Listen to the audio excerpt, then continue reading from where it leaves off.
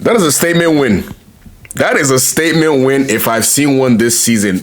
Manchester City 2, Nottingham Forest 1. Now, going away to Nottingham Forest at a lunchtime kickoff is probably especially after Christmas, is probably every top 6 team's worst fixture imaginable. Such a frustrating side to play against. They're always so well organized, and they're just incredibly difficult to beat away from home, right? But Man City, in that first half, we won't even talk about the first half because first half was irrelevant. Nothing happened in the first half that was really worth discussing, talking about. It was just a dreadful. And I think both teams were kind of just like, we just had Christmas. We've probably, I don't know. We've probably been having too much fun in the last week.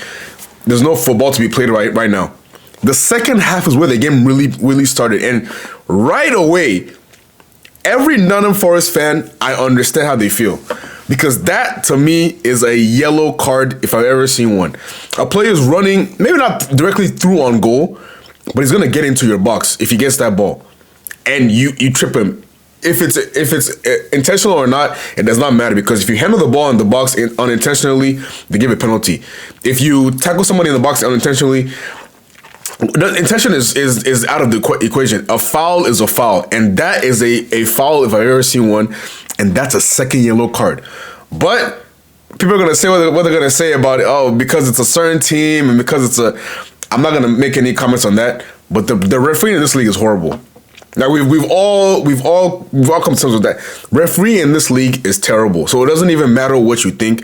There will be a next game. Arsenal, Liverpool, Chelsea, all playing today. There will be a terrible call in all those games probably as well. That's just how the league is.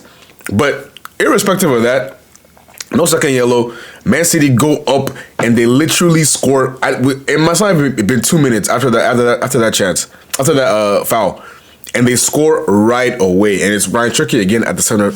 Ryan Cherki today was incredible, but we'll get into him.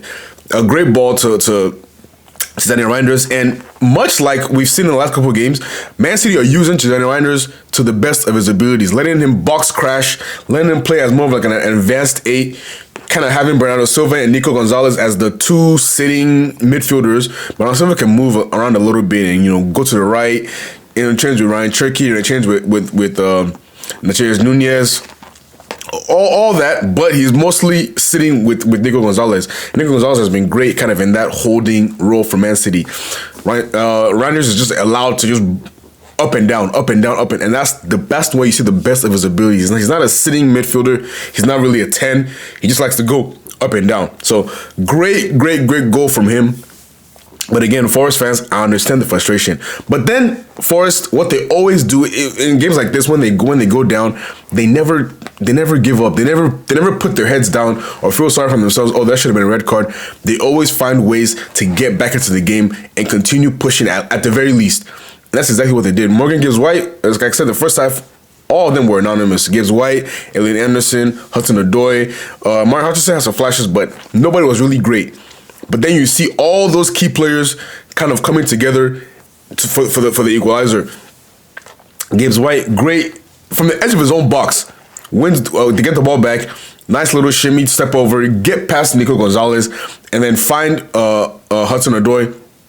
I think he had a really good game. Was really giving Matheus Nunes trouble. Same thing for Hutchinson on the other side.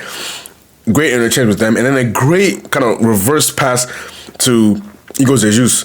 And this is where Igor Jesus, I love players that look up before they put the ball into the box. Not just aimlessly slamming it in like Milos Kerkez always does for Liverpool, which is beyond me. But looking up and finding your teammate. Finds his teammate, and it's a great finish from Omar Hutchinson. From this point on, I'm thinking this could be another one of those frustrating Nottingham Forest games where they find a way to take points off a top 6 side. Maybe they win this game. Maybe they just draw. But Man City just kept coming. Man City kept attacking. They kept pushing. The corner kicks kind of, I like the tactics that they have from the corner kicks, right? Because they send the ball to the back post, and it's all usually Vardio or maybe Ruben Diaz will be there, and they'll head the ball back, or they'll knock it down, or they'll go for goal themselves, depending on the situation. And they did it exactly the same way for the winning goal. I don't know if Forrest felt like Morgan Gibbs White was fouled by Nico O'Reilly, was pushed down, and him being there is kind of what cost them the game, because it's a great strike from Cherki, right? A great technique, gets over the ball. But if Gibbs White isn't there, it probably bends into John Victor's path and he can save it. But because it goes through his legs, he reacts late. He can't really save it, and Man City get the goal. But from this game, a lot of things we talked about earlier this season was Erling Haaland. If he doesn't score, who else can show up for Man City? Then you saw Phil Foden. Phil Foden starts showing up. Then even when Phil Foden is not there to contribute this game, Haaland's not there to contribute this game, you still have Ryan Cherki kind of taking the mantle and being the star of the show. And that's what I think will be the key to Man City winning this league. I don't think they're defensively, they're so strong, they're impenetrable, impregnable, but what they have is attacking talent on display, right? Haaland, Cherki, Foden, and then you have to remember Jeremy Doku's injured right now. When he comes back, that's another attacking option. Then you have Reinders contributing on a more consistent basis now. So now you have 4-5 players that you can comfortably rely on, that every week one of them is bound to get you a goal. One of them is bound to contribute consistently. And that's what you need. I'm not sure there's too many other teams with the same amount of individual attacking quality on display right now this season. I know you might say, oh, Liverpool with Ekitike and Soboslai and Wirtz and Salah and all that. Yeah, but they're not performing to the level right now. Man City players are. They're the only team that with this attacking kind of display on a consistent basis this season. And that's what's going to carry them to this league. The top of the league right now, I made a bold position. I think it was 3 videos ago. I said, Man City will win this league. I'm seeing the signs. Because Arsenal are so severely off form right now. Man City are catching form November, December into the new year is the perfect time. And they're the most informed team right now for me. I know Aston Villa have the most, but I'm talking about most informed, but also just the best team.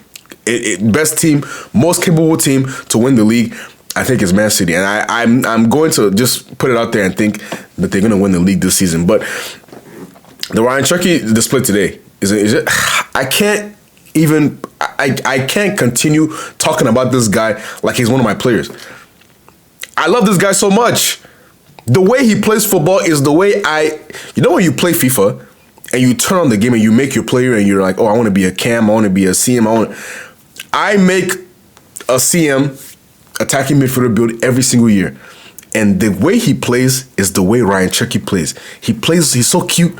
He's 2-footed. He can strike the ball. He can make, that's the exact, and I love seeing that in real life. I love seeing those silky players that I make on the game every year in real life. And Ryan Cherki is exactly that. This guy he's already, for me, call me crazy, he's already, for me, one of the top 5 attacking midfielders in world football. Because I don't just think about, oh, can you dribble? I think about, can you pass? Can you create chances at will? And then can you score? He has all of that. So for me, he's top 5. I don't care what anybody says. I don't care if people think it's too early. It's not too early. I watched him at Lyon for years.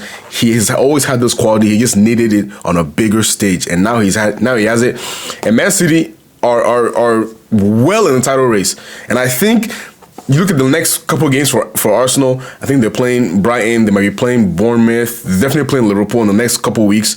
You can see a situation where Arsenal can lose or drop some points in there, and Man City can now take the lead. And one thing about Man City, once they take that lead in the title race, it's so hard to knock them off their momentum. So Arsenal have to continue winning, because if they even draw or lose one game, Man City will overtake them, and then it just becomes a mental kind of uphill climb from there. I think Arsenal need a comfortable lead going into March, April, May to see it out. If it's tied, if Man City up by 1 point, then it starts to become a problem. So it's not really a great first half. It was a great second half, more attacking intent, more on display from both teams. I think Amari Hutchinson was very good. I think Hudson-Odoi was decent.